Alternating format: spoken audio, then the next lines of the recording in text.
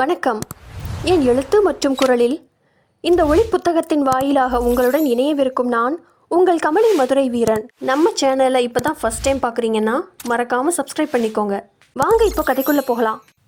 நேசம் 2. அந்த எளிமையான நடுத்தர வீட்டில் இருந்த சிறிய அறையில் மீனாட்சி அவளது பாதரசம் மங்கிய கண்ணாடியின் முன் நின்று தனது சேலையின் ஃபிளீட்டுகளை கவனமாக வைத்துக் கொண்டிருந்தாள்.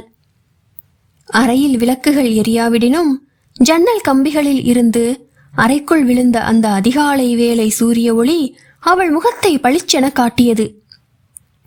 அவள் நேர்த்தியாக அணிந்திருந்த கருநீல வண்ண சேலை அவள் நிறத்தை மேலும் எடுத்து காட்டுவதாய் அமைந்திருந்தது. அவள் அணிந்திருந்த சேலையின் விதம் அவள் அங்க வனப்புகளை பிரதிபலிக்காமல் அவள் ஒழுக்கமான தன்மையை பிரதிபலித்தது. அவளுக்கு பின்னால் அவளை கண்ணாடியின் வழியே பார்த்தபடி அவள் தங்கை வேதிகா நின்றிருந்தாள். அவள் கண்கள் விரக்தியுடன் விரிந்தன. அவளுடைய இளமை ததும்பும் மனம் அவள் கொண்ட படபடப்பிலும் கூட பளபளத்தது. அவளுடைய கைகள் அவள் கொண்டுள்ள பயத்தில் ஒன்றோடொன்று இறுக பிசைந்தபடி இருந்தன. ப்ளீஸ் அக்கா, உனக்கு நான் சொல்ல வர்றது புரியலையா? நான் அவரை காதலிக்கிறேன். அவர் இல்லாம என்னால வாழ முடியாதுக்கா. நீ எனக்கு இந்த விஷயத்துல ஹெல்ப் பண்ணுவேன்னு நம்பிதான் உன்கிட்ட கேக்குறேன். எனக்கு வேற யாருக்கா இருக்கா சொல்லு என்று வேதிகா தன் அக்காளிடம் கெஞ்சினாள். அவள் குரல் எப்போது அழுகையில் வெடிக்கும் என்று தெரியாத உணர்ச்சியால் நடுங்கியது. மீனாட்சியின் கைகள் ஒரு கணம் சேலை மடிப்பை எடுப்பதை நிறுத்தின. அவள் கண்ணாடியின் வழியாக தனக்கு பின்னிருந்த வேதிகாவை பார்த்தாள். அவளுடைய கூர்மையான கண்கள் சற்று குறுகின. ஒரு பெருமூச்சுடன் அவள் தன் சகோதரியை நோக்கி திரும்பினாள். அவளுடைய வெளிப்பாடு அமைதியாக ஆனால் அதே நேரத்தில் உறுதியாகவும் இருந்தது. வேதிகா, இந்த விஷயத்துல நீயும் முட்டாளா இருக்காத. காதல்ங்கிறது நீ கண்மூடித்தனமா நம்புற ஒரு விஷயம் இல்ல. அதுவும் குறிப்பா அவர மாதிரி பணக்கார ஒருத்தர் கூட. அவள் குரல் உறுதியாக வெளிவந்தது. வேதிகா தலையை அசைத்தாள். கண்களில் அடைத்து வைத்திருந்த கண்ணீர் கரையுடைத்து கன்னத்தில் வழிந்து ஓடியது. ஆனா அவர் அப்படி இல்லக்கா. அவர் ரொம்ப நல்லவர். என் மேல ரொம்ப அக்கறையா இருப்பார். உனக்கு தான் அவரை தெரியுமே. நீதானே என்ன அவர்கிட்ட வேலைக்கு சேர்த்து விட்ட என்று சொன்ன அவளுடைய குரல் அழுகையில் உடைந்தது. மீனாட்சியின் பார்வை சற்று கூர்மையாக அவள் புறம் திரும்பியது. அவள் வேதிகா அருகில் வந்து அவள் தோளில் ஒரு கையை வைத்தாள். யதார்த்தத்தை புரிஞ்சுக்க வேதி. உன்னை அவர்கிட்ட வேலைக்கு சேர்த்து விட நான் அவரை பத்தி தெரிஞ்சுக்க வேண்டிய அவசியம் இல்ல. உனக்கும் சரியா படிப்பு முடிஞ்ச நேரம். அங்கும் வேக்கன்சி இருந்தது. அதான் ரெக்கமெண்ட் பண்ணேன். அதுக்காக இந்த காதல் இது நானா பண்ண சொன்னேன்? அவர் உன்னோட பாஸ். அந்த லிமிட்டை நீ மெயின்டைன் பண்ணியிருந்தா நீ சொல்ற இந்த காதல் வந்திருக்கவே வந்திருக்காது என்ற மீனாட்சியின் குரல் உறுதியாக வெளிவந்தது. அதுவும் அவரை போல பணக்காரர்கள், முதலாளிகள், வணிகர்கள், அவங்க உலகம் வேறம்மா, நம்ம உலகம் வேற. அவங்க கூட கம்பேர் பண்ணா நம்ம உலகம் ரொம்ப சின்னதுடா.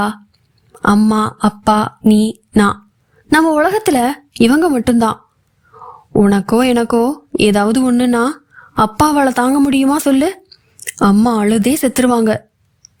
நம்மள மாதிரி இருக்கவங்கள அவங்க காலம் பூரா அவங்க கூடவே வச்சுக்க மாட்டாங்கடா.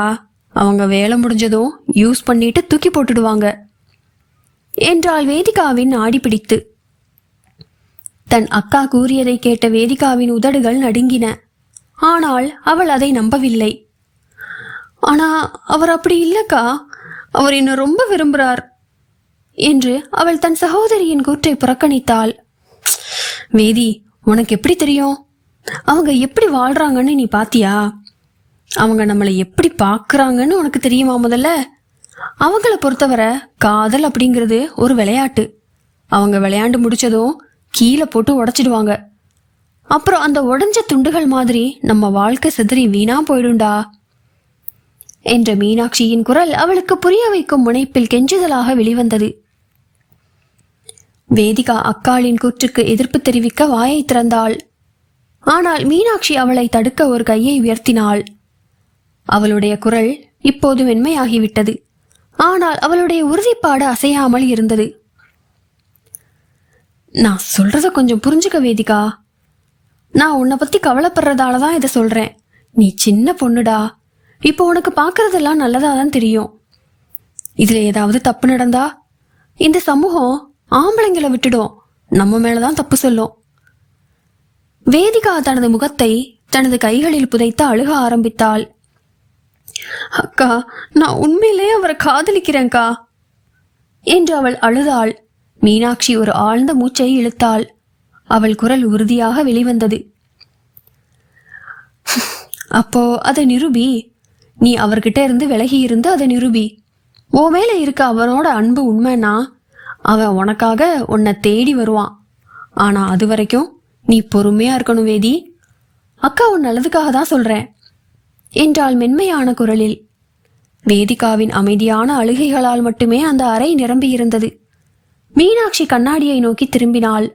அவளுடைய கைகள் அவளுடைய சேலையின் கடைசி ஃபிளீட்டை கட்டி முடித்தன. கண்ணாடியில் அவளது பிம்பம் சாந்தமான அழகை கொண்ட ஒரு பெண்ணை மட்டும் காட்டவில்லை. வலிமை மற்றும் விட்டுக் கொடுக்காத நம்பிக்கையுடைய நவீன மங்கையை எடுத்து காட்டியது. அவளுடைய கண்களில் அசைக்க முடியாத ஒரு உறுதி இருந்தது. அவளை பொறுத்தவரை தனது சகோதரியை பாதுகாப்பது என்பது அவள் கடமை மட்டுமல்ல, அது அவளுடைய பொறுப்பு. புதிதாக தயாரிக்கப்பட்ட காஃபி மற்றும் வேக வைத்த இட்லிகளின் நறுமணம் அந்த எளிமையான வீட்டை நிரப்பியிருந்தது. பார்வதி அவ்வீட்டின் சமையலறை கவுண்டருக்கு அருகில் பரபரப்பாக நின்றிருந்தார். அவருடைய கைகள் காலை உணவை செய்வதில் மும்முரமாக ஈடுபட்டிருந்தன. ஐயோ, லேட் ஆயிட்டா சாப்பிடாமலே போயிடுவாளே இந்த மீனா என்றபடி அவள் கண்கள் அவ்வப்போது சுவரில் உள்ள கடிகாரத்தை நோக்கி பின்னர் மீனாட்சியின் அறையை நோக்கி மின்னின. கதவு திறக்கும் சப்தம் மீனாட்சியின் வருகையை சமிங்கை செய்தது.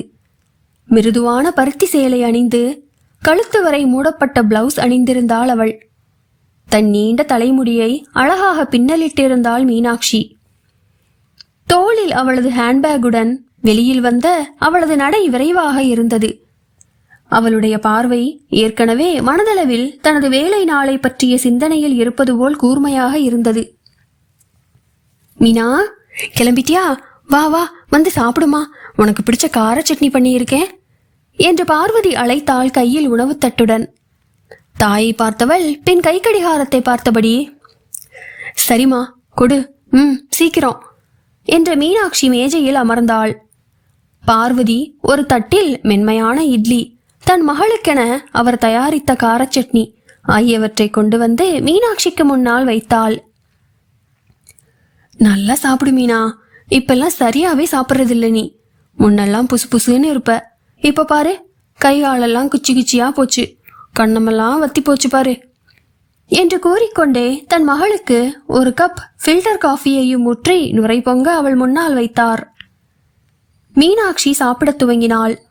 ஆனால் அவளது எண்ணம் இப்போது வேதிகா தன்னிடம் கூறிய விஷயத்தை பற்றியும் அன்றைய நாளில் தான் முடிக்க வேண்டிய அலுவலக வேலை பற்றியும் சிந்தித்துக் கொண்டிருந்தது. மகளை பார்த்த மீனாட்சிக்கு ஒரு உந்துதல் தோன்ற எதிரே இருந்த நாற்காலியில் அமர்ந்தாள். மீனா, பார்வதி தயக்கத்துடன் தொடங்கினார். சொல்லுமா என்றாள் மீனாட்சி. அப்பாவும் ரிட்டையர்ட் ஆயிட்டாரு, இனி எனக்கும் அவருக்கும் எங்க பேரம்பேத்திகளை கொஞ்சணும்னு ஆசை இருக்காதா? அதான் நானும் அப்பாவும் உனக்கு மாப்பிள்ளை பார்க்கலான்னு நினைக்கிறோம். நீ என்னம்மா சொல்ற எனவும் மீனாட்சி ஒரு வினாடி உறைந்து போனாள். அவளது கை அவளது தட்டின் மீது அசையாமல் அப்படியே நின்றது. அவள் தாயின் கேள்விக்கு நிமிர்ந்து பார்க்கவில்லை, பதிலளிக்கவில்லை. ஆனால் அவளுடைய தாடையின் லேசான இறுக்கம் அவளுடைய உணர்ச்சிகளை அப்படியே காட்டிக் கொடுத்தது. பார்வதியும் அதோடு விட்டுவிடவில்லை. இதுதான் சரியான வயசு மீனா, உனக்கு நல்ல அழகு இருக்கு, அறிவு இருக்கு, நீ மருமகளா போக போற குடும்பம் கொடுத்து வச்சிருக்கணும் என்றார். மீனாட்சியின் மௌனம் நீடித்தது. ஆனால் பார்வதி நிறுத்தவில்லை. ஒரு நல்ல வரன் வந்திருக்கு மீனா. மாப்பிள்ளை கோயம்புத்தூர், பிஇ முடிச்சுட்டு சாஃப்ட்வேர் இன்ஜினியரா வேலை செய்யறாரு. குடும்பமும் நல்ல குடும்பமா. ஏற்கனவே வந்ததுதான் தட்டி போயிடுச்சு. ஆனா இது அப்படி இருக்காது என்று பார்வதி முடிப்பதற்குள் சாப்பிட்ட தட்டில் லேசாக கையை கழுவியபடி மீனாட்சி திடீரென்று எழுந்தாள். அவள் எழுந்த வேகத்தில் நாற்காலி வேகமாக பின்னே நகர்ந்தது. தாயின் முகத்தையும் பாராமல் அவள் கைப்பையை கையில் எடுத்தாள். அவளுடைய முகம் படிக்க முடியாததாக இருந்தது. கைக்கடிகாரத்தை பார்த்தவள் அவர் கேள்விக்கு எந்த பதிலும் கொடுக்காமல், அம்மா, நான் இப்ப கிளம்பலேனா லேட் ஆயிடும் என்று உணர்ச்சியற்ற குரலில் கூறினாள். பார்வதி அதிர்ச்சியில் கண் சிமிட்டினார். ஆனா மீனா, நான் என்ன சொல்ல? மா, நான் அப்புறம் பேசுறேன் என்ற மீனாட்சி தன் கைப்பையை சரிபார்த்தபடி தாயின் முகத்தை எதிர்கொள்ள மறுத்து வீட்டை விட்டு வெளியேறினாள். மகளின் இந்த பிடிகொடுக்காத பதிலில் சோர்வாக பெருமூச்சு விட்டாள் பார்வதி. அவளுடைய விரல்கள் மேசையின் விளிம்பை இறுக்கமாக பிடித்து கொண்டன. அறையின் மறுபுறத்தில் அமைதியாக அமர்ந்திருந்த ராஜசேகர் தான் படித்துக் கொண்டிருந்த செய்தித்தாளை கீழே தாழ்த்தினார். அவள் தன் மனைவி பார்வதியை பார்த்தார். அவளுக்கு கொஞ்சம் நேரம் கொடு பார்வதி, விட்டு பிடிப்போம். பிடித்தமில்லாம போட்டுக்கிறதுக்கு இது ஒன்றும் ட்ரெஸ் இல்லம்மா, கல்யாணம், கொஞ்சம் ஆறப்போடு என்றார். கணவன் பேச்சுக்கு தாடையை தோள்பட்டையில் இடித்து என்ற பார்வதி ஆமோதிப்பாக தலையசைத்தாள். இருப்பினும் அவளுடைய முகத்தில் கவலை நீடித்தது. மீனாட்சி விட்டுச் சென்ற தட்டை சுத்தம் செய்ய மேசையை நோக்கி திரும்பினார். இப்படியே இந்த பொண்ணு எத்தனை நாளைக்கு தான் பேசாம தட்டி கழிக்குமோ தெரியல. மூத்தவளுக்கு கல்யாணம் செஞ்சாதானே இளையவளுக்கு பார்க்க முடியும். நமக்கு என்ன வயசா திரும்புது? காலகாலத்துல ஒருத்தன் கையில பிடிச்சு கொடுத்துட்டா நம்ம கடமை முடிஞ்சது. நம்ம சொல்றது எங்க நடக்குது இந்த வீட்டுல? அவளுக்கு சப்போர்ட்டுக்கு தான் அவ அப்பாவே இருக்காரே. அவ எப்படி என் பேச்ச கேப்பா? அவ என்ன சொன்னாலும் அவ பேச்சுக்கு ஆட வேண்டியது என்று கணவனுக்கு கேட்கும்படி புலம்பியவர், வேதிகா, நீ இன்னைக்கு வேலைக்கு போகலையா? உள்ள என்ன பண்ற என்று சப்தமிட்ட தாயிடம், இல்லம்மா, இன்னைக்கு நான் லீவ், தலை வலிக்குது என்று சப்தமாக கூறினாள் வேதிகா கட்டிலில் குப்புறப்படுத்த அழுதபடி. நேசம் 3. மாலை வேலை சூரியன் ராஜசேகர் மற்றும் பார்வதியின் நடுத்தர வீட்டை அதன் மெல்லிய ஒளியாலும் தெருவிளக்கின் வெளிச்சத்தாலும் நிரப்பியிருந்தது. மெல்லிய தெருவிளக்கின் வெளிச்சத்தில் அந்த நேர்த்தியான கருப்பு நிற விலை உயர்ந்த கார் அவர்கள் வீட்டின் முன் வெளிச்சத்தை பரப்பி கப்பலென வந்து நின்றது. அந்த அமைதியான சூழல் திடீரென்று கேட்ட கார் என்ஜினின் மெல்லிய அலறலால் பாதிக்கப்பட்டது. ராஜசேகர் தனது மாலை வேலை செய்தித்தாளுடன் வராண்டாவில் அவர் வழக்கமான இடத்தில் அமர்ந்திருந்தார். வாகனத்தின் சப்தத்தில் தன் தலையை நிமிர்த்தி குழப்பத்துடன் பார்த்தார். சாமி அறையில் மாலை விளக்கை ஏற்றி முடித்த பார்வதி சேலையின் விளிம்பில் கைகளை துடைத்தபடி, யார் அது நம்ம வீட்டுக்கா வர்றாங்க என்று தனக்குள் கேட்டபடி வெளியே வந்தாள். கணவன் மனைவி இருவரும் குழப்பமான பார்வைகளை தங்களுக்குள் பரிமாறிக்கொண்டனர். யாருங்க அது என்று பார்வதி மீண்டும் முணுமுணுத்தபடி தன் கணவனை நெருங்கினாள். அவர்கள் வரவை எதிர்பார்த்து கொண்டிருந்த வேதிகா கார் சப்தம் கேட்டு வீட்டிற்குள் இருந்து ஜன்னல் வழியாக உற்று பார்த்து கொண்டிருந்த வேதிகாவின் விரல்கள் பயத்தில் ஜன்னல் திரையை இறுக்கமாக பிடித்துக் கொண்டன. அது யார் என்றுதான் அவளுக்கு தெரியுமே. ஆரியன் மற்றும் அவனது சகோதரன் வர்மா. ஆரியன் தன் தமையனுடன் பேசிவிட்டு அன்று காலை அவளை அழைத்திருந்தான். அவனது துள்ளல் குரல் அவர்களின் வருகையை அவளுக்கு அறிவித்தது. ஆனால் மீனாட்சியோ அவளது பெற்றோர்களோ எப்படி நடந்து கொள்வார்கள் என்று தெரியாத வேதிகா இந்த தகவலை யாரிடமும் கூறாமல் தனக்குள்ளேயே வைத்துக் கொண்டாள். கார் கதவு திறக்கப்பட்டு 2 உருவங்கள் வெளியே வந்தன.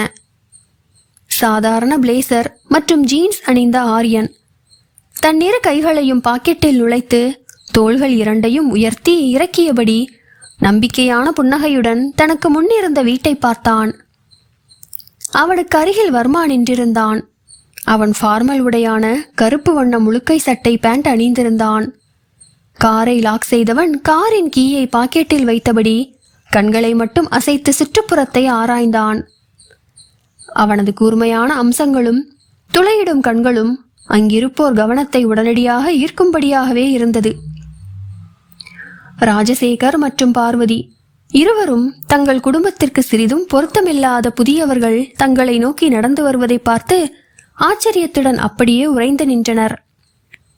அறைக்குள் இருந்த வேதிகாவின் இதயம் வேகமாக துடித்தது. அவர்கள் வீட்டை நெருங்கியதும் வர்மாவின் கண்கள் அந்த வீட்டை எடை ஓட்டன. எப்போதோ வெளிப்பூச்சு பூசப்பட்டு அதன் நிறம் மங்கிய சுவர்கள்.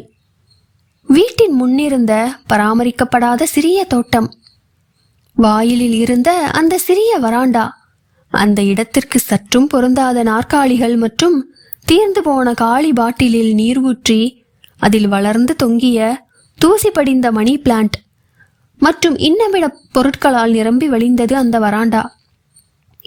அந்த இடத்தை பார்க்கவே வர்மனுக்கு பிடிக்கவில்லை.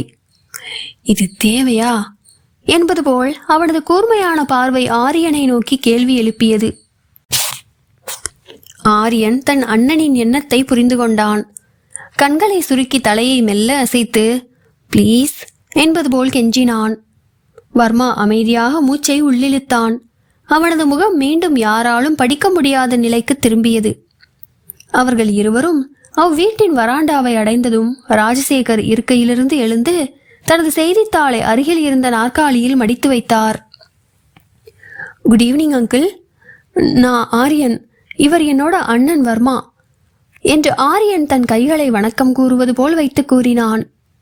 அவர்கள் யாரென்று தெரியாமல் குழம்பிய தோற்றத்துடன் மெலிதாக தலையசைத்து இயல்பாக ராஜசேகர் தன் கையை வணக்கம் வைப்பது போல் கூப்பினார். வணக்கம், வாங்க, ஆனா நீங்க யாருன்னு நான் தெரிஞ்சுக்கலாமா என்று முகத்தில் குழப்பம் மின்ன ஆர்வமாக வினவினார் ராஜசேகர். ஆரியன் பதிலுக்காக தயங்கி வர்மாவை பார்த்தான். அவனோ அமைதியாக இருந்தான். அவன் கண்கள் வீட்டின் சுற்றுப்புறத்தை ஆராய்வதில் இருந்த மும்பரத்தில் அவன் கைகள் அவனது முதுகுக்கு பின்னால் கோர்வையாக கட்டப்பட்டிருந்தன. அங்கு நடந்த பேச்சுவார்த்தையை நுழைவாயிலுக்கு பின்னால் இருந்தபடி கவனித்துக் கொண்டிருந்த வேதிகாவின் உள்ளங்கை பதட்டத்தால் வியர்த்து வடிந்தது. தனது மூச்சை இழுத்து பிடித்துக் கொண்டாள்.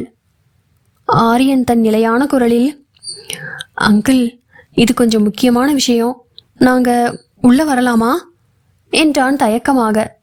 ராஜசேகர் மற்றும் பார்வதி இருவரும் திகைப்பு மாறாமல் தங்கள் பார்வையை பரிமாறிக்கொண்டனர். நிச்சயமா, உள்ள வாங்க என்று ராஜசேகர் சற்றே பாதையை விட்டு விலகி நின்றார்.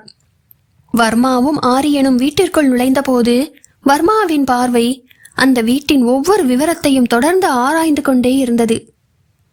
எளிய மேஜை நாற்காலிகள், சுவர்களில் பழைய மங்கலான புகைப்படங்கள், வீட்டின் எளிமையான அலங்காரம் என்று பார்த்து கொண்டே வந்த அவனது வெளிப்பாடு அவன் மன எண்ணங்கள் எதையும் பிரதிபலிக்கவில்லை. ஆனால் மனதளவில் எல்லாவற்றையும் பட்டியலிடுவது போல் அவனது கண்களுக்கு பின்னால் ஒரு சிந்தனை மின்னியது.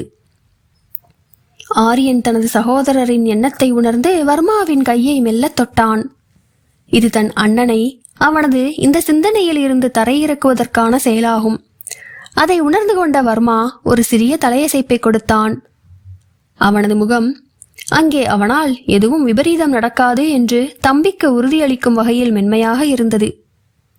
வீட்டின் உள்ளே அவள் அறையில் வேதிகா பதட்டத்துடன் உதட்டை கடித்துக் கொண்டிருந்தாள். அவளுடைய மனம் வேகமாக துடித்துக் கொண்டிருக்கின்றது. வர்மாவின் பிரசன்னத்தின் தீவிரத்தையோ அல்லது அவன் கொண்டு வரப்போகும் கதையின் திருப்பத்தையோ அவள் மட்டுமல்ல, அங்கிருக்கும் அனைவரும் சிறிதும் எதிர்பார்க்கவில்லை. இரண்டு சகோதரர்களும் தங்கள் இருக்கைகளில் அமர்ந்தபோது அந்த வீடே அமைதியாக இருந்தது. அவர்கள் வருகையின் எடை இனி இந்த கதையில் நடக்கப் போகும் எல்லாவற்றையும் மாற்றும் ஒரு போராட்டத்திற்கு மேடை அமைத்தது. அந்த வீட்டின் சிறிய ஹாலில் பெருத்த அமைதி நிலவியது. ராஜசேகர், வர்மா மற்றும் ஆரியனுக்கு முன்னால் இருந்த இருக்கையில் அமர்ந்திருந்தனர். அவரது முகம் அமைதியாக இருந்தது. ஆனால் அவரது கண்கள் அவர்கள் இங்கு வந்த நோக்கத்தை படிக்க முயற்சிப்பது போல் அவர்கள் தோற்றத்தை கவனமாக ஸ்கேன் செய்தன. வீட்டிற்கு வந்த விருந்தினர்களை உபசரிக்கும் விதமாக சமையல் கட்டில் இருந்து பார்வதி 2 கிளாஸ் தண்ணீருடன் அமைதியாக அறைக்குள் நுழைந்தாள். அவள் அவற்றை மெதுவாக விருந்தினர்களுக்கு முன்னால் இருந்த சிறிய மேஜையில் வைத்தாள். பவ்யமாக அமர்ந்திருந்த ஆரியன் அவளுக்கு ஒரு கண்ணியமான புன்னகையை கொடுத்துவிட்டு அதில் இருந்த டம்ளரில் ஒரு சிப்பை அருந்தியவன், தேங்க்ஸ் ஆண்டி என்றவன் பதட்டத்தில் வறண்ட நாவை ஈரப்படுத்தி கொண்டான். அவனுக்கு அருகில் மிடுக்காக கால் மேல் காலிட்டு மார்பின் குறுக்கே கைகளை கட்டி நிமிர்ந்து அமர்ந்து தன் துளையிடும் கண்களால் அந்த வீட்டை அணு அணுவாக பிரித்து மேய்ந்து எடை போட்டுக் கொண்டிருந்த வர்மா அந்த தண்ணீரை கண்டுகொண்டதாகவே தெரியவில்லை. இதற்கு மேல் அமைதியாக இருந்தால் அது சரிவராது என்று உணர்ந்த ஆரியன், தனது தொண்டையை மெலிதாக செருமி சுத்தம் செய்தான். அவன் தன் அண்ணன் புறம் மெலிதாக திரும்பி பேசுமாறு கண்களால் வலியுறுத்தினான். ஆனால் வர்மா அவன் கண்களை நேரே சந்தித்தான். அதற்கு பதிலளிக்கும் விதமாகவோ அசையவோ பேசவோ இல்லை. உனக்கு தேவையென்றால் நீயே பேசு என்பது போல் தலையை வேறுபுறம் திருப்பிக் கொண்டான் வர்மா. ஐயோ அண்ணா என்று மனதினுள் புலம்பினான் ஆரியன். தனது சகோதரன் அமைதியை உடைக்க மாட்டான் என்பதை உணர்ந்த ஆரியன் பெருமூச்சை வெளியேற்றியபடி இருக்கையில் இருந்து சற்று முன்னோக்கி சாய்ந்து தன் கைகளை ஒன்றாக இணைத்து, தேங்க்ஸ் அங்கிள், எங்களை உங்க வீட்டில் அனுமதிச்சதுக்கு. நான் முதல்ல எங்களை பத்தி சொல்லிடுறேன் என்று தயக்கத்துடன் ராஜசேகரை நோக்கி பேச ஆரம்பித்தான் ஆரியன். ராஜசேகர் ஆமோதிப்பாக தலையசைத்தார். அங்கிள், என் பேர் ஆரியன். இது என் அண்ணா வர்மா. வர்மா சாஃப்ட் சொல்யூஷன் எங்களோடது எனவும் ராஜசேகரும் பார்வதியும் எதையோ கண்டுகொண்டது போல் புருவம் உயர்த்தி ஒருவரை ஒருவர் பார்த்து கொண்டனர். பேசட்டும் என்று ராஜசேகர் அமைதி காத்தார். 3 வருஷத்துக்கு முன்னாடி எங்க அம்மா அப்பா ஒரு ஆக்சிடென்ட்ல இறந்துட்டாங்க. அதுக்கப்புறம் நானும் என் அண்ணனும் தான் எங்க பிசினஸ் நல்லபடியா நடத்திட்டு வர்றோம். எங்க பிரான்ச் சென்னையில மட்டும் இல்லாம பெங்களூர், ஹைதராபாத், டெல்லி இப்படி இன்னும் 3 இடத்துல இருக்கு. நாங்க 2 பேர் தான் அதுக்கு ஃபவுண்டர், CEO எல்லாமே என்றவன் வார்த்தைகளை பார்த்து பக்குவமாக பயன்படுத்தினான். பின்னே அவனுக்கு பெண் கொடுக்க போகும் மாமனார் அல்லவா? ஆரியனின் வார்த்தைகளின் எடையை உணர்ந்து கொண்ட ராஜசேகர் அவன் தொடர்வதற்காக காத்திருந்தார். அடுத்த வார்த்தை பேசுவதற்கு முன் ஆரியன் ஒரு கணம் தயங்கி வர்மாவை மீண்டும் பார்த்தான். அவனோ அசைவேனா என்பது போல் அமர்ந்திருந்தான். ஆழ்ந்த மூச்சை இழுத்த ஆரியன், அங்கிள், நாங்க இப்போ இங்க ஏன் வந்தோம்னா அது வேதிகா என்றவன் மெல்ல தயங்க ஆரியன் வேதிகாவின் பெயரை குறிப்பிடுகையில் பார்வதியின் தலை சற்று உயர்ந்தது. கண்கள் விரிந்தன. ராஜசேகரின் வெளிப்பாடு கடினமடைந்தது. அவரது பார்வை கூர்மையடைந்தது. அவர்கள் எதிர்வினையை கண்டுகொண்ட ஆரியன் எச்சிலை கூட்டி விழுங்கிவிட்டு தான் கூற வேண்டியதை வேகமாக உரைத்தான். அங்கிள், நானும் வேதிகாவும் கிட்டத்தட்ட 2 வருஷத்துக்கும் மேலா காதலிக்கிறோம். இப்போ கல்யாணம் பண்ணிக்க ஆசைப்படுறோம். அதான் உங்ககிட்ட பேசி உங்க சம்மதம் வாங்க வந்தோம் என்று விஷயத்தை போட்டு உடைத்தான். ஒரு நொடி பலத்த அமைதி நிலவியது அங்கே. ஆரியன் கூறிய வார்த்தைகளை கேட்ட ராஜசேகரின் முகம் உடனடியாக கோபத்தை தத்தெடுத்தது. நாற்காலியில் அமர்ந்தபடி கையை பிசைந்தவர் ஆரியன் கூறி முடிக்க அந்த 1 நிமிட அமைதியை ராஜசேகரின் வேதிகா என்ற உரத்த அழைப்பு உடைத்தெறிந்தது. அவரது சப்தம் வீடு முழுவதும் எதிரொலித்தது. பார்வதியை திகைக்க வைத்தது. அவர் தனது சேலை தலைப்பை பதட்டத்துடன் பிரித்து கொண்டாள். உள்ளிருந்து வெளியில் நடப்பதை கேட்டுக்கொண்டிருந்த வேதிகாவுக்கு உடல் தூக்கி வாரி போட்டது. அதிலும் தந்தையின் இந்த அழைப்பு அவள் சரீரத்தை நடுங்க வைத்தது. ராஜசேகர் அவ்வப்போது பார்வதியிடம் கடிந்து கொண்டாலும் எப்போதுமே பிள்ளைகளிடம் மென்மையாகத்தான் நடந்து கொள்வார். இப்போது கேட்ட அவரின் உயர்தொனியில் அடுத்த நொடி வேதிகா அறைக்குள் இருந்து ஓடி வந்தாள். அவளுடைய முகம் பயத்தால் வெளிரியிருந்தது. வெளியில் வந்த வேதிகா தன் தாயின் அருகில் பாதுகாப்பாக நின்று கொண்டாள்.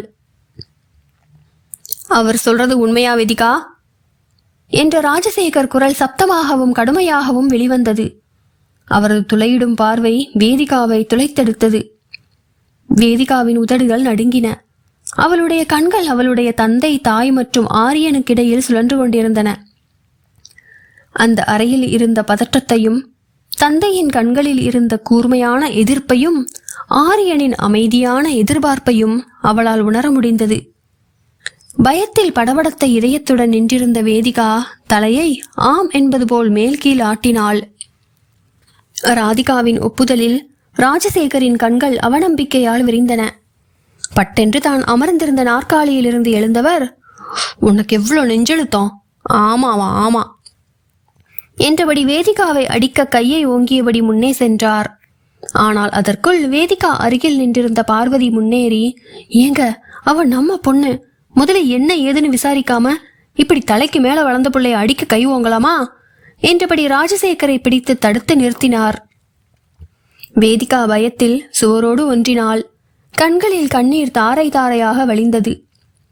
ராஜசேகர் தனது எரிக்கும் பார்வையை பார்வதியை நோக்கி திருப்பியவர், நீ சும்மாரு, தலைக்கு மேல வளர்ந்திருக்காதான், ஆனா அறிவெங்க வளர்ந்துச்சு என்று கத்தியவர் வேதிகாவை நோக்கி திரும்பி, உனக்கு எப்படி இந்த தைரியம் வந்தது வேதிகா? இந்த குடும்பத்தை இப்படி அவமானப்படுத்த உனக்கு எப்படி இவ்வளவு தைரியம் வந்துச்சு? வீட்டுல உனக்கு மூத்தவ ஒருத்தி இருக்காங்கிறது உனக்கு ஞாபகம் இருக்கா இல்லையா? அவளுக்கு இன்னும் கல்யாணம் ஆகல, அதாவது ஞாபகம் இருக்கா? அவளுக்கு முன்னாடி உனக்கு கல்யாணம் கேக்குதா? அசிங்கமா இல்ல? கிட்டத்தட்ட அவர் குரல் அந்த அறை முழுதும் எதிரொலித்தது. ராஜசேகரின் கோபத்தையும் வேதிகாவின் கண்ணீரையும் பார்த்து தயங்கி நின்ற ஆரியன் சற்றே முன்னே வந்தான். ராஜசேகரின் தோளில் கையை வைத்து, அங்கிள், தயவு செஞ்சு கோபப்படாம நான் சொல்றத கொஞ்சம் கேளுங்க. நாங்க 2 வருஷமா காதலிக்கிறோம். எங்க காதல் உண்மையானது. நான் அவளை கல்யாணம் செஞ்சுக்கிட்டு நல்லா பார்த்துப்பேன் அங்கிள், ப்ராமிஸ் அங்கிள் என்ற ஆரியனின் கண்கள் கெஞ்சின. ஆனால் ராஜசேகர் அவனது பேச்சை கேட்க தயாராக இல்லை. ஆரியனின் கையை மெல்ல தண்ணிலிருந்து விலக்கினார். கையை எடுங்க தம்பி. உங்ககிட்ட கை கட்டி உங்களுக்கு கீழே வேலை செஞ்சா எதையும் சாதிக்க முடியும்னு நினைக்கிறீங்க இல்லையா?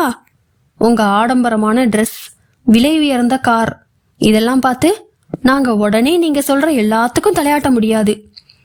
அவ என் மக.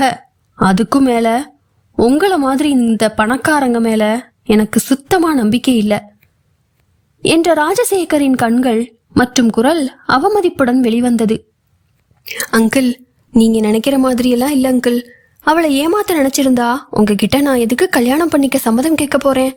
கோபப்படாம எங்களை கொஞ்சம் புரிஞ்சுக்க முயற்சி பண்ணுங்க அங்கிள். ஆன்ட்டி, நீங்களாச்சும் கொஞ்சம் சொல்லுங்களேன்.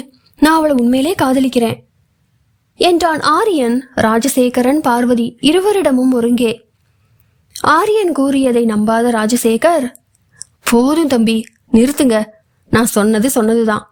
நீங்க இங்க இருந்து பிரச்சனை பண்ணாம கொஞ்சம் வெளியே போனீங்கன்னா எங்களுக்கு நல்லது என்று கையெடுத்து கும்பிட்டு வாயில் கதவை நோக்கி கை நீட்டிய ராஜசேகரின் குரல் தீர்க்கமாக வெளிவந்தது. வேதிகாவோ, அப்பா நான் என்று பேச வர தந்தையின் கண்கள் அவள் பேச்சை பாதியில் நிறுத்தியது. ராஜசேகரின் இந்த அவமதிப்பான பேச்சு அங்கு நடப்பதை தன் கால் முட்டியில் கை வைத்து விரல்களை பிணைத்து தலை கவிழ்ந்தபடி கள்ளென அமர்ந்திருந்த வர்மாவை சீண்டியது. நாற்காலியிலிருந்து எழுந்த வர்மாவின் கூரிய விழிகள், கண்ணீருடன் நின்றிருந்த வேதிகா, கலக்கமடைந்த ஆரியன், முரட்டுத்தனமான ராஜசேகர் மற்றும் கெஞ்சும் பார்வதி என்று அங்கிருந்த அனைவரையும் ஒரு நொடி பார்த்தது. இதே வேறு இடமாக இருந்திருந்தால் வர்மாவின் அணுகுமுறை வேறு மாதிரியாக இருந்திருக்கும். இப்போது தன் தம்பியை மனதில் வைத்து தன்னை முயன்று கட்டுப்படுத்தி கொண்டான் வர்மா. போதும் என்ற அவனது ஆழ்ந்த குரலில் அனைவரின் கண்களும் அவனை நோக்கி திரும்பின.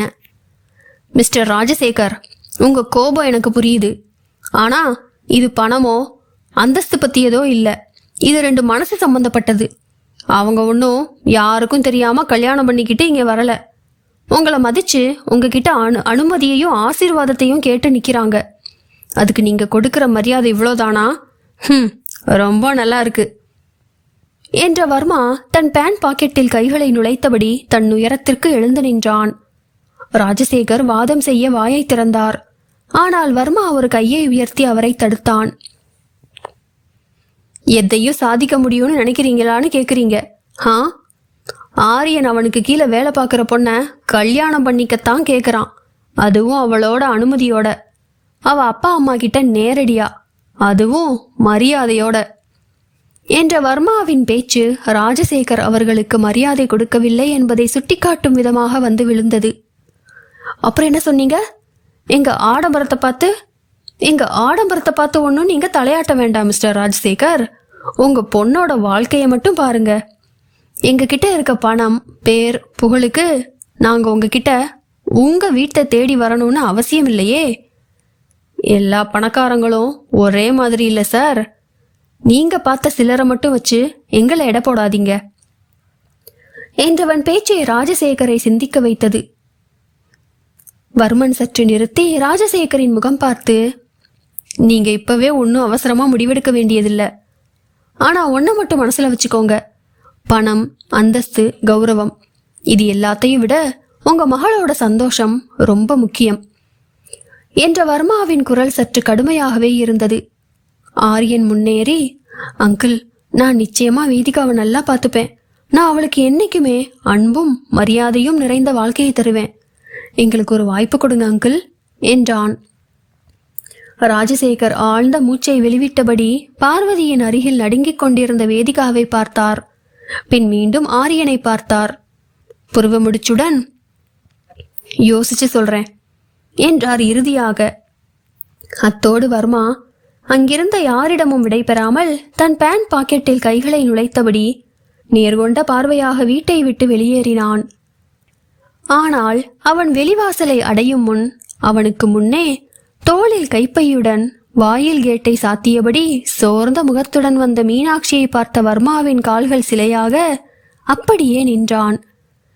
வர்மாவை பின்தொடர்ந்து வந்த ஆரியன் புறம் கண்களை அவள் மேல் நிலைக்கவிட்டு இவள் யார் என்பது போல் தலையை மட்டும் மெல்ல சாய்த்த வர்மாவிடம், அண்ணா, இதுதான் வேதிகாவோட அக்கா மீனாட்சி என்றான் ஆரியன். ஆரியன் கூறியதை கேட்ட வர்மாவின் கண்கள் கோபத்தின் எதிர்வினையால் சிவந்தது.